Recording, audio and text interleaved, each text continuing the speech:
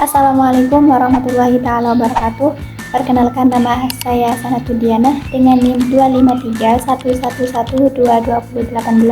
Di sini saya akan menyampaikan pembahasan tentang motivasi pendidikan dalam Al-Quran yang bersumber dari 4 ayat utama, yaitu Quran Surat Al-An'am ayat 50, Quran Surat Az-Zumar ayat 9, Quran Surat Al-Mujadalah ayat 11, dan Quran Surat Al-Isra ayat 39.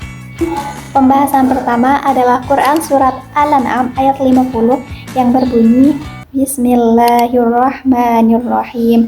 Qul la aqulu lakum indi khazainullahi wa la a'lamul ghaiba wa la aqulu lakum inni malak in attabi'u illa ma yuha ilayya qul hal yastawil a'ma wal basir afala tatafakkarun.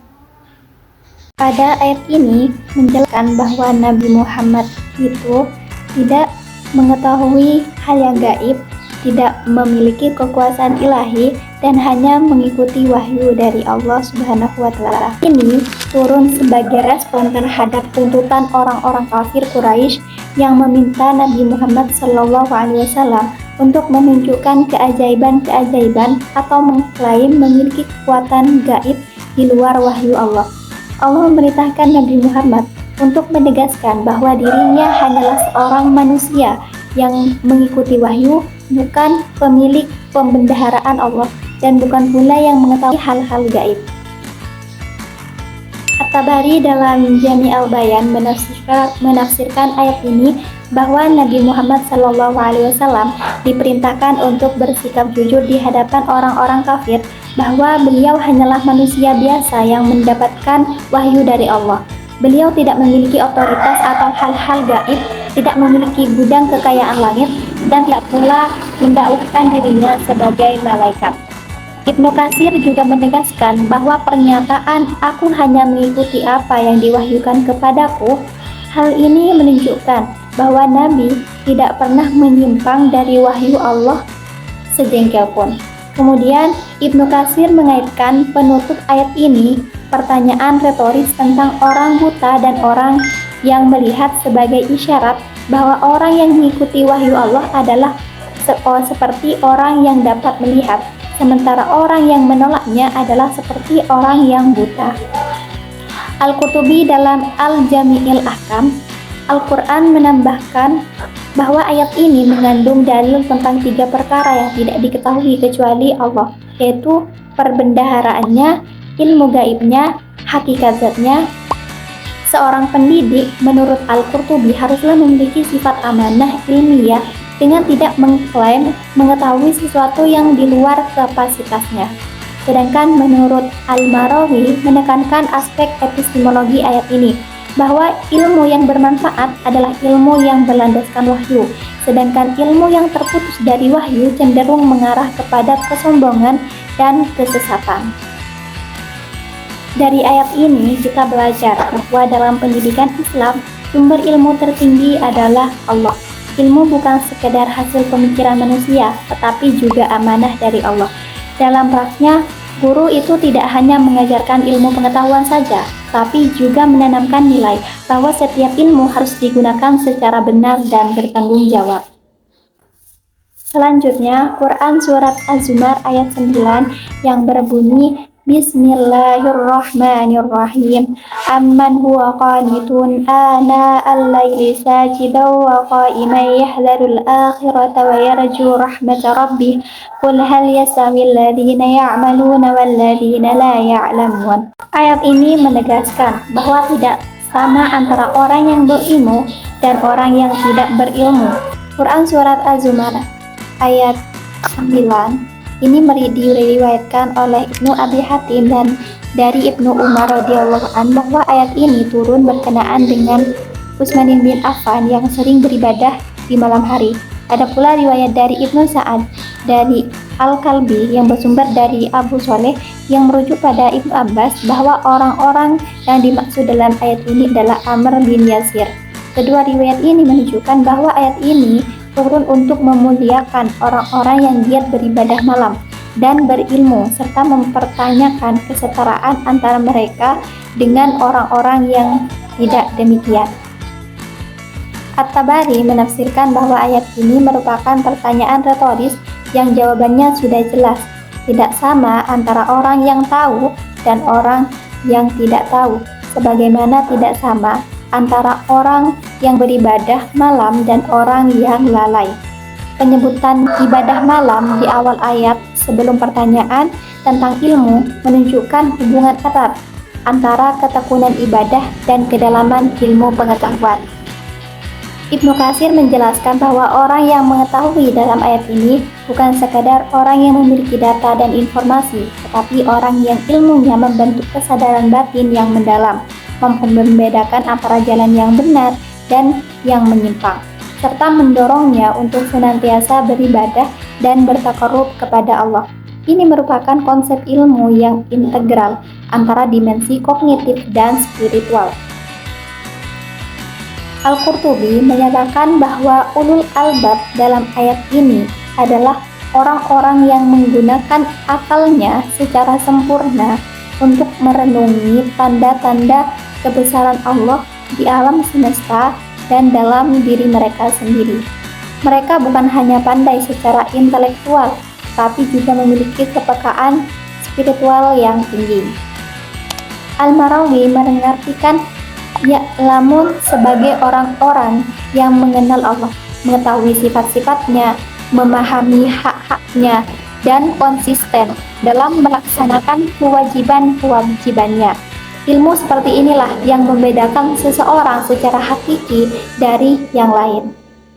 Dalam pendidikan modern, ayat ini menjadi motivasi bahwa belajar adalah jalan untuk meningkatkan derajat manusia.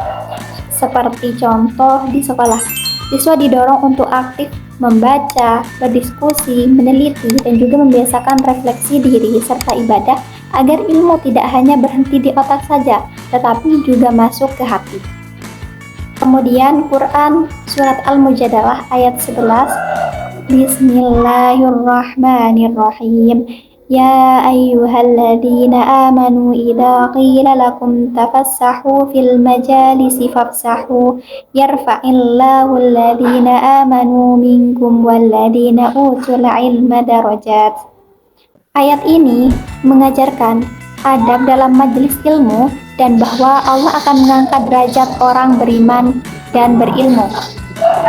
Quran Surat Al-Mujadalah ini menurut riwayat yang masyhur, ayat 11 ini turun berkenaan dengan sahabat Sabit bin Qais bin Syammas yang hendak mendekati Rasulullah dalam suatu majelis karena beliau mengalami gangguan pendengaran. Namun orang-orang tidak memberinya tempat duduk. Ada pula riwayat bahwa ayat ini turun berkaitan dengan etika duduk di majelis Nabi Muhammad SAW, di mana para sahabat saling berebutan duduk dekat Rasulullah. Ayat ini kemudian menegaskan bahwa keluasan dan kerendahan hati dalam majelis ilmu merupakan adab yang mulia dan Allah akan mengangkat derajat orang yang beriman dan berilmu. Tafsirkan ayat ini bahwa Allah memberikan penghargaan tertinggi kepada dua kelompok manusia. Yang pertama orang yang beriman dan kedua orang yang dianugerahi ilmu. Kata derajat dalam bentuk jamak menunjukkan bahwa derajat yang diberikan kepada orang yang berilmu jauh melampaui derajat orang yang hanya beriman tanpa ilmu. Ibnu Katsir mengutip perkataan Ibnu Mas'ud bahwa Allah memuji para ulama dalam ayat ini. Allah mengangkat derajat orang-orang berilmu dalam agama mereka di atas mukmin yang tidak berilmu jika mereka melaksanakan perintahnya. Ini menunjukkan bahwa keutamaan ilmu bersyaratkan pengalaman. Al-Qurtubi juga menekankan bahwa ayat ini mengandung nilai etika majelis ilmu yang sangat penting, yaitu bahwa seorang penuntut ilmu harus memberikan ruang dan kelapangan bagi sesama, tidak memaksakan diri duduk di tempat yang bukan haknya, dan menghormati guru serta sesama penuntut ilmu. Ayat ini mengajarkan bahwa pendidikan bukan hanya soal kecerdasan, tapi juga akhlak dan sikap sosial. Dalam prakteknya di sekolah, ini bisa diterapkan melalui diskusi kelompok, kerjasama, dan pembiasaan menghormati teman serta guru. Misalnya tidak memotong pembicaraan dan memberikan kesempatan orang lain untuk berbicara. Selanjutnya Quran Surat Al-Isra ayat 39, Bismillahirrahmanirrahim. Dzalika mimma auha ilaika rabbaka minal hikmah wa la taj'al ma'allahi ilahan akhar. Ayat ini menjelaskan bahwa seluruh ajaran Allah adalah hikmah yang harus diamalkan. At-Tabari menjelaskan bahwa kata hikmah dalam ayat ini merujuk kepada keseluruhan ajaran moral yang disebutkan dalam rangkaian ayat 22-38 yang meliputi tauhid, birrul walidain, kejujuran, keadilan dalam berbicara, dan berbagai prinsip etika sosial lainnya. Hikmah-hikmah ini merupakan wahyu Allah yang berfungsi sebagai pedoman hidup manusia. Ibnu Katsir menafsirkan bahwa hikmah di sini adalah pengetahuan yang benar tentang hakikat sesuatu yang membuatkan keyakinan yang kuat dan amal yang tepat.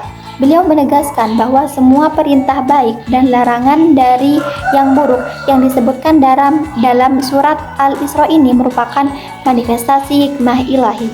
Sedangkan Al-Qurtubi menegaskan bahwa ayat ini merupakan penutup yang indah bagi serangkaian ajaran moral Al-Quran, yaitu Allah menyebut semua nilai-nilai mulia tersebut sebagai hikmah yang diwahyukan kepada nabinya sebagai panduan bagi seluruh umat manusia.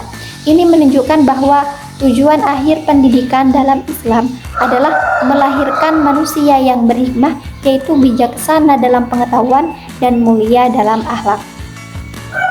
Al-Maraghī menekankan bahwa hikmah dalam ayat ini mencakup pengetahuan yang benar atau ilmu sahih, pengalaman yang tepat atau amal soleh, dan keluhuran akhlak atau akhlakul karimah sebagai satu kesatuan yang tidak dapat dipisahkan. Inilah yang dimaksud dengan tujuan pendidikan Islam yang komprehensif.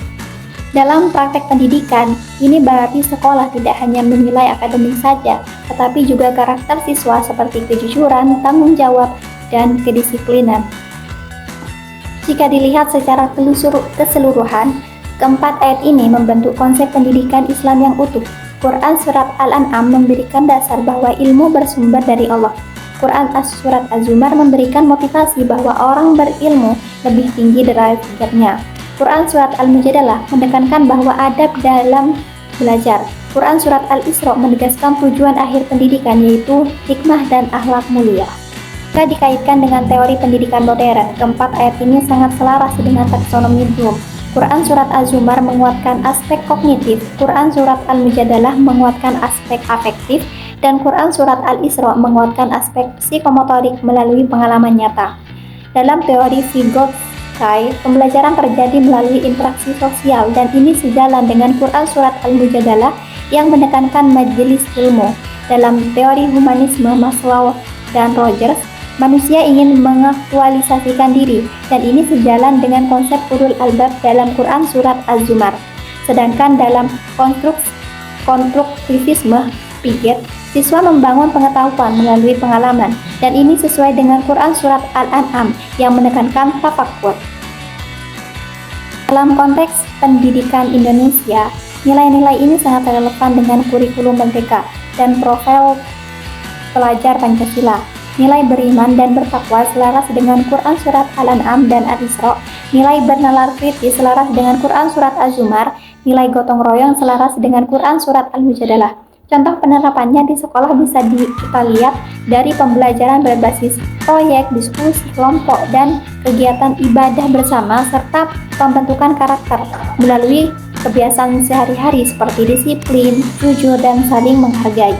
Dalam sistem pesantren di Indonesia, nilai-nilai ini juga sudah lama diterapkan. Tradisi halaqah mencerminkan Quran Surat Al-Mujadalah, ibadah malam mencerminkan Quran Surat Az-Zumar, dan pembinaan akhlak mencerminkan Quran Surat Al-Isra. Ini menunjukkan bahwa pendidikan Islam sebenarnya sudah memiliki sistem yang sangat lengkap sejak lama.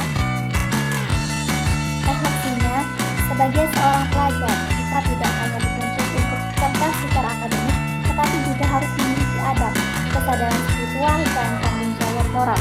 Ilmu yang kita pelajari seharusnya tidak hanya membuat kita pintar saja, tetapi juga membuat kita semakin rendah hati dan semakin dekat kepada Allah Subhanahu wa Ta'ala.